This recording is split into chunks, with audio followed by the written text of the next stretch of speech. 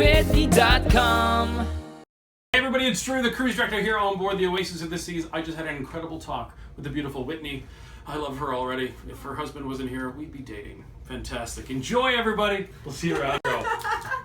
Well, everybody, as you can see, we're having a good time here. We are in Drew's office. He's the cruise director at the Oasis of the Seas for the Royal Caribbean. We're having a great time here, and you're doing an excellent job. Thank you very much. It's been a fun week. It has been. It's different. It's crazy. It's nuts. I love it. Yeah. And it's addictive. It's addictive. But you're really good at it because I know when we first saw you on stage, I've seen you do different things, but even like, let's say, the Love and Marriage game. Yeah. You did such a great job with that, and you're really good at off the cuff.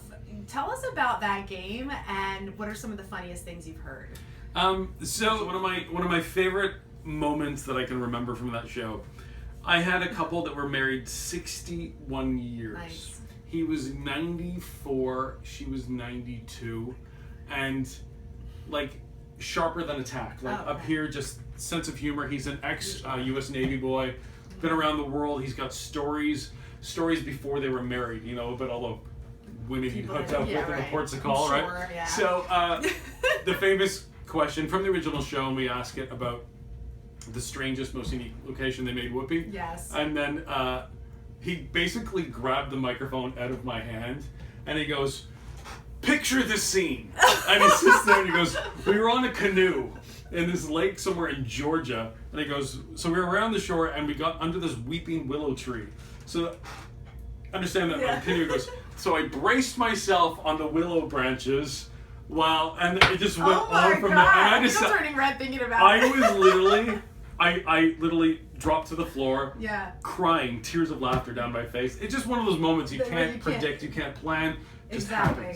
Yeah. And you're in charge of all the entertainment. Now, I have to say the entertainment has been really, I think it's excellent. I loved everything so far that I've seen. I didn't see Cats. I don't really have an interest in that, but it's an incredible show. It's a historic show. Yes. And it truly is one of those shows that if you're a true theater Broadway fan, you'd be there. You know, but it's, again, not everything we offer caters to everybody. That's what I want to talk to you about. It's 6,000 guests. Yeah. Actually, 6,126 this week. Wow. From 60 different nationalities. Yes. So not everybody speaks English. True. It's not the first language. Some people, sometimes I'm like, how do these people, function when you travel, not speaking the language?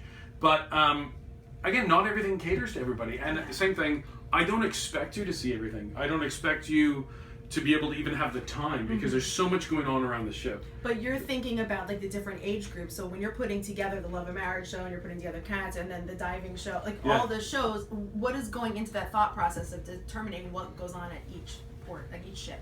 It's for the shows, we have a great entertainment team that works shoreside, Royal Caribbean Productions. Okay. The studio's in North Miami. Nice. So there's a lot of rehearsals that go there, whether the singers and dancers. Then the divers do part of the rehearsals there, but a lot of it they learn on board, like the ice skaters. They learn the show on board. Right. I imagine they'd have to anyway. Just to 60 by 40 rink. There's not many of those rinks around the world, right? Exactly. But great in-house entertainment team who always look at trying to change new things. And Cats has been with us now for about a year and a half. There's probably going to be no new focus on it from the guest standpoint watching the show, as in July it gets re-released on Broadway in New York. Oh, cool. And it was just released again on the West End in London right before Christmas. Oh. And the road show's back on, so it's coming back. Okay, but fine. it's one of those shows that has truly been out of the spotlight for years. I know. But to have that partnership with Andrew Lloyd Webber is a pretty cool thing. It's a big deal. Now, how about the comedians? How do you find them? Like, if somebody wants to be an entertainer and come on board, how's that happen? They have to contact the office. Okay. There's an entertainment team, and just like anything else, you put in an audition reel. But most of them have an agent they go through. Don Casino's a big agent that we use.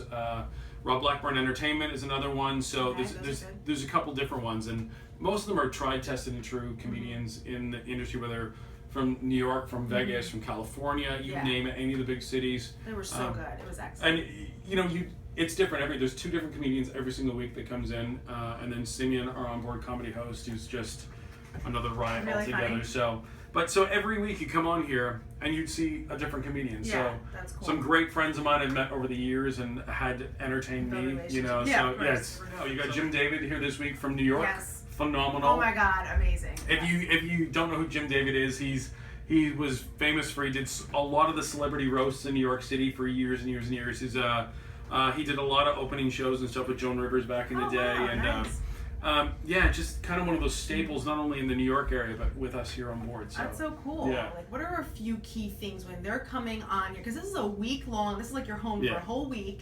Because we packed way too much, first of all. You know what I mean? Like, between my shoes and makeup and, his heavy, clothes. Yeah. So what are some tips that people should know when coming aboard the Oasis or any Royal Caribbean? It's kind of like one of those things. Be prepared for anything, know. But I know. But be comfortable and have fun. Yeah. That's it. Don't get too uptight. Don't get too worked up. You're on vacation, first of all, and it can be very overwhelming, as you can see, with 6,000 people on board, and then reserving shows and trying to get people in there. Right. It's if you're coming on the Oasis, make show reservations before you come on board. We did that, but there were a lot of people that didn't. And there is a lot of people. So we open what we call the box office in the first 2 days, so people can actually take part in it. But it's just relax, let your hair down, have fun. I always say you'll never see these people again. You're right. You have 7 days to truly live something that you don't get to do every single day. Not every single day, people come and do what I get to do every single day, or get to do what you get to do every single day. Right. People are locked up in their cubicles from 9 to 5. Get out there, let's have some fun. Right. It's true. People just sometimes forget that they can slow down. Like, that's vacations It's for tough. you. It's You tough go, to do that. I want to decompress. Yeah, and that's what it should be like. Like today, people were doing dancing in the promenade. Yeah. I don't think normally they would do that if they were in their local mall or something. You know what I mean? But they could, but it would make YouTube and they'd be a viral sensation somewhere. So. But here you can let loose and have a really good time. So what are some of the fun things that people can do while they're on board? What are your favorite picks? You saw Love and Marriage. Yes. You saw the Quest. Oh my gosh, Quest. Last night Whitney had lipstick all over her face. Don't even ask. It's just what I do. A lot of people tell me, they said, Drew, you're sick for what you make people do. And I say this, I said, I never force anybody to do anything. All I had to do was ask. And this human competitive spirit comes out of people of like oh my gosh, I gotta win. Yes. Whitney's very competitive. I'm getting in there. I buried myself in those people. But it's so much fun. Like things like that. 70s night is a huge dance party on the street. Yeah. And it's a decade of music. Everybody's like, it's old school. It's old school that's timeless. It's everybody, even the kids. Even the kids have heard that music before. Yes. But sometimes they're looking at it because mom and dad are dancing for the first time. They're like, we've never seen this before. I'm like, kids, come on, mom and dad are in their element right now. Let's do this. Yeah. But things like that and some of the competitions, whether it's the big belly flop competition, the world's sexiest man competition. That's true. Even if it's just sit back in a lounge, have a drink and do a trivia, watch karaoke, whatever it is. Right. It's just the list goes on and on. There's so much to do, right? Because you do get a cruise compass when you come on to the cruise, and it tells you everything. There's something every hour of the day to do on a cruise ship, which is cool. Talk to us about finding love on the cruise ship. Oh my gosh, it's like the Love Boat, just differently. Yeah. It happens between the crew members, not the crew and the guests. I was gonna say, no. Because could that happen though? Is that like? I'm not saying it hasn't, but the rules have changed over the years, more to protect the crew members from crazy people. Yeah. But it happens, it's part of leaving out here at sea. You have crew members here. I spend 4 months on, so I do 4 months on. I get 2 months vacation, 4 months on. So out of a year, nice. I work 8 months a year. I get 4 months a year vacation. Okay. So you look at it, Not it's not bad. But then you have crew members here from 6 months up to 9 months, depending what their job is. Oh, see. I always say spending a week on board, if you're in a relationship, a week on board is like a month back home. Yeah. But because you live with people in the environment 24/7, you can't get away. It's not like you're at home. You're walking down the street in New York and you go meet up your girl, for dinner or drinks, or you go to the club or something. Then you go home. And then you may not see them for 2 days, whether you're both working. Here, it's like you walk for dinner and I'm like, oh, there you are. And you walk for dinner, there you are. Go to the gym, there you are. And so it's on a much bigger scale here in terms of how close people get hooked up. But we have married couples here on board, boyfriends, girlfriends, you name it. Again, my girlfriend works for the company, so we've been together for 2.5 or almost 3 years now. So it's amazing, and people find it and will find love forever. Now, where did the crew stay? The crew stay like on the first few floors? It's kind of like sporadic. It's so deck 3 is where we're at right now in my office. Okay. I actually live on deck 3. Okay. I live There's a crew corridors at either side of the front of the ship. There's crew quarters at the back of the ship. Okay. Then the crew live on deck 2 is most of the crew. Okay. And then there's a few on deck 1 below that. So it's kind of all that. We have senior management up on deck number 12 who are like people above me, like the captain, the hotel director, chief engineer, all that kind of people.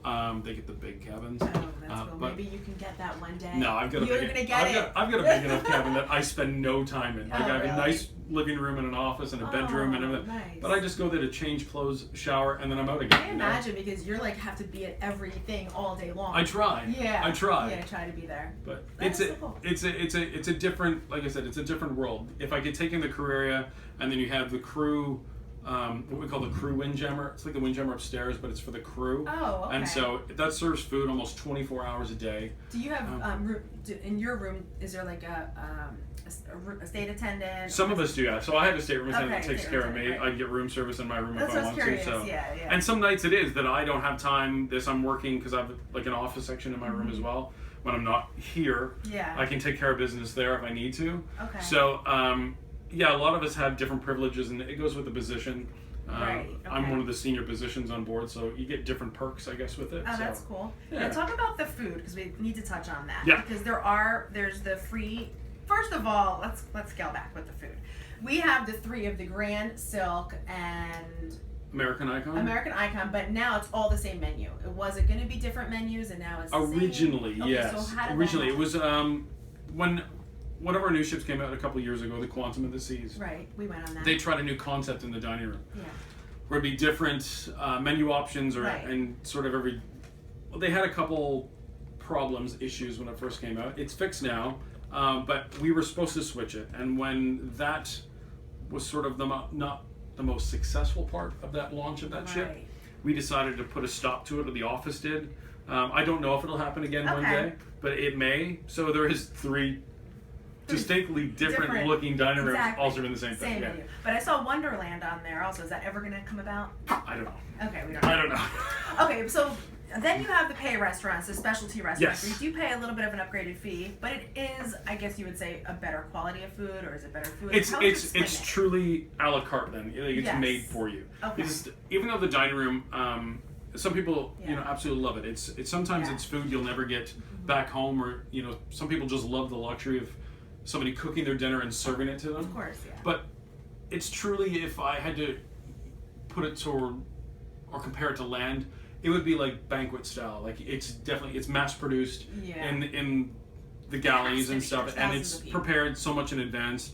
And this whole scientific mathematical equation about how many steaks people are going to eat tonight. Like it's a process I don't even understand. Yeah.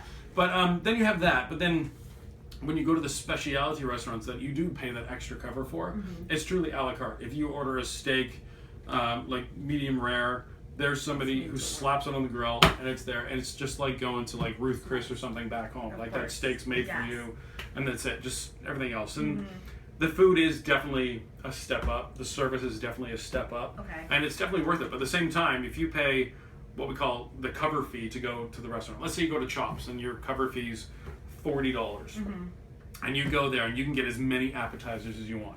You can get 3 different steaks or different main entree menu options. You can get how many desserts you want. And if you added that up on land, there's no way and no place in the world that you could get that quality and that amount for $40. But what about at the buffet? Is that sometimes left over from some of the specialty? Like, can people find that and kind of get a No, the buffet, that's a totally different menu. Again, I'm just curious. No, there's very strict regulations on food service and everything from the United States Public Health. Right. And it's pretty astronomical, the whole thing. Again, I always say this, I'm really thankful I have nothing to do with food. Because in an operation I don't want to run, I don't want to know about, it's just, as long as I have food to eat, when I need to go eat something, I'm like, here we go, it's good. See, I don't even eat red meat. Oh, see, he doesn't either.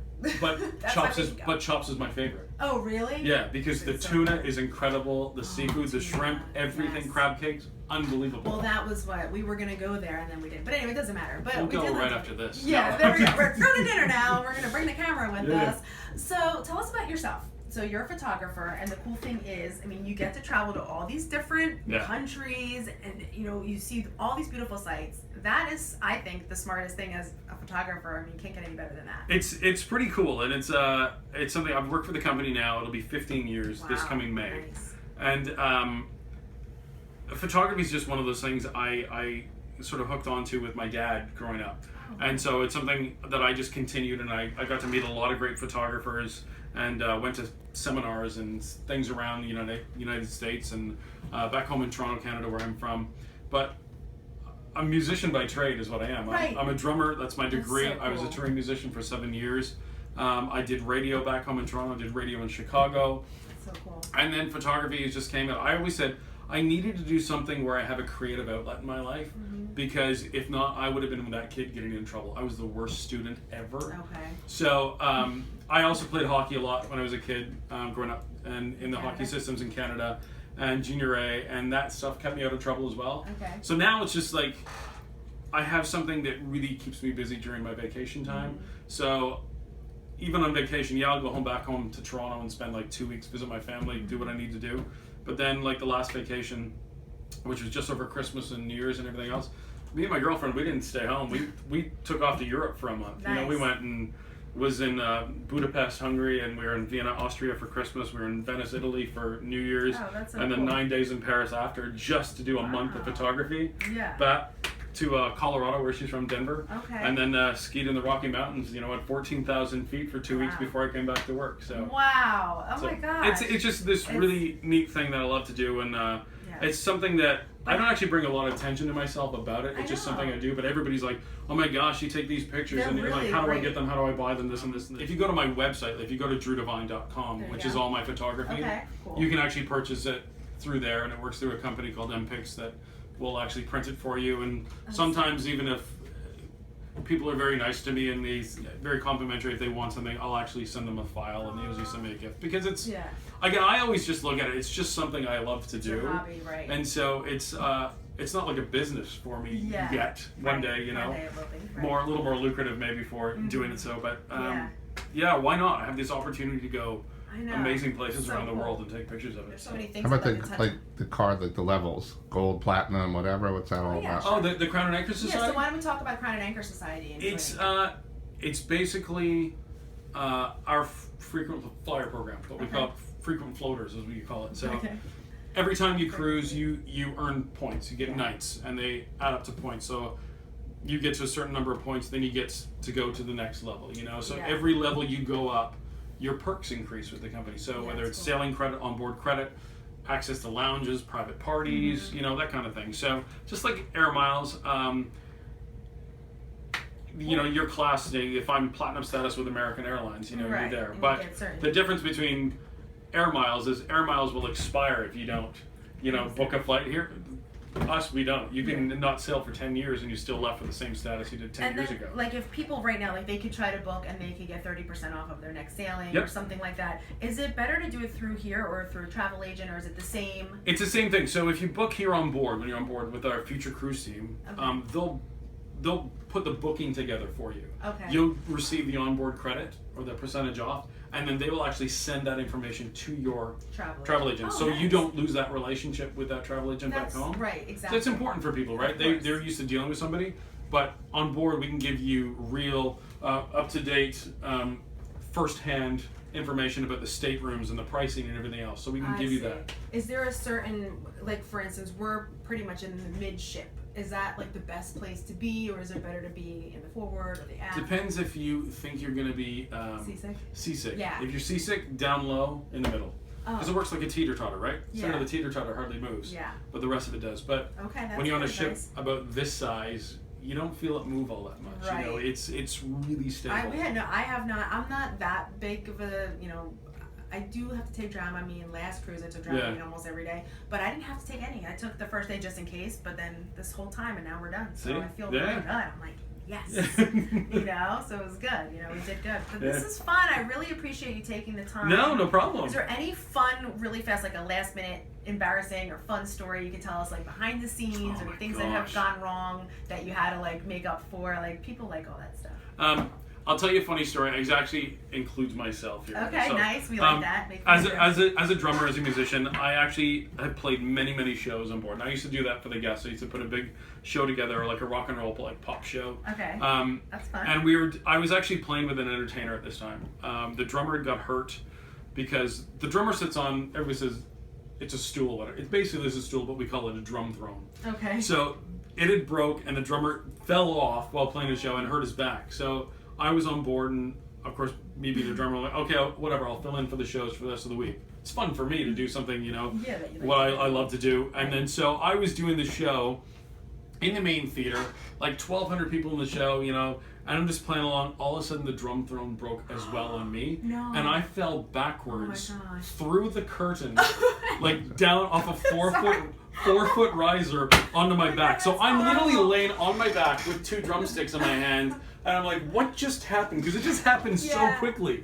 And then sort of the curtain fluffs out, and I come out, and they bring me a chair, and I finish the show. Oh, so no, did they keep going, or did everybody stop? Well, no, they kept going, but they're like kind of like, where did Drew go? We just fell through the curtain. But it's like one of my most memorable moments, and apparently there's a video somewhere, probably on YouTube of it, but along with many other YouTube videos with me on the quest, getting. Yeah, you're gonna get YouTube soon with our quest video. That's okay though. We have the guy dancing on you. Well, that was one thing. Imagine that. A man, a bald guy, pretty built, in a G-string, lathered up in baby oil, doing that while I sat in a chair. Nice. So that's on YouTube. You can find it. So I can imagine. Have you ever walked in on anybody having sex or doing anything like in that nature? Like on the ship.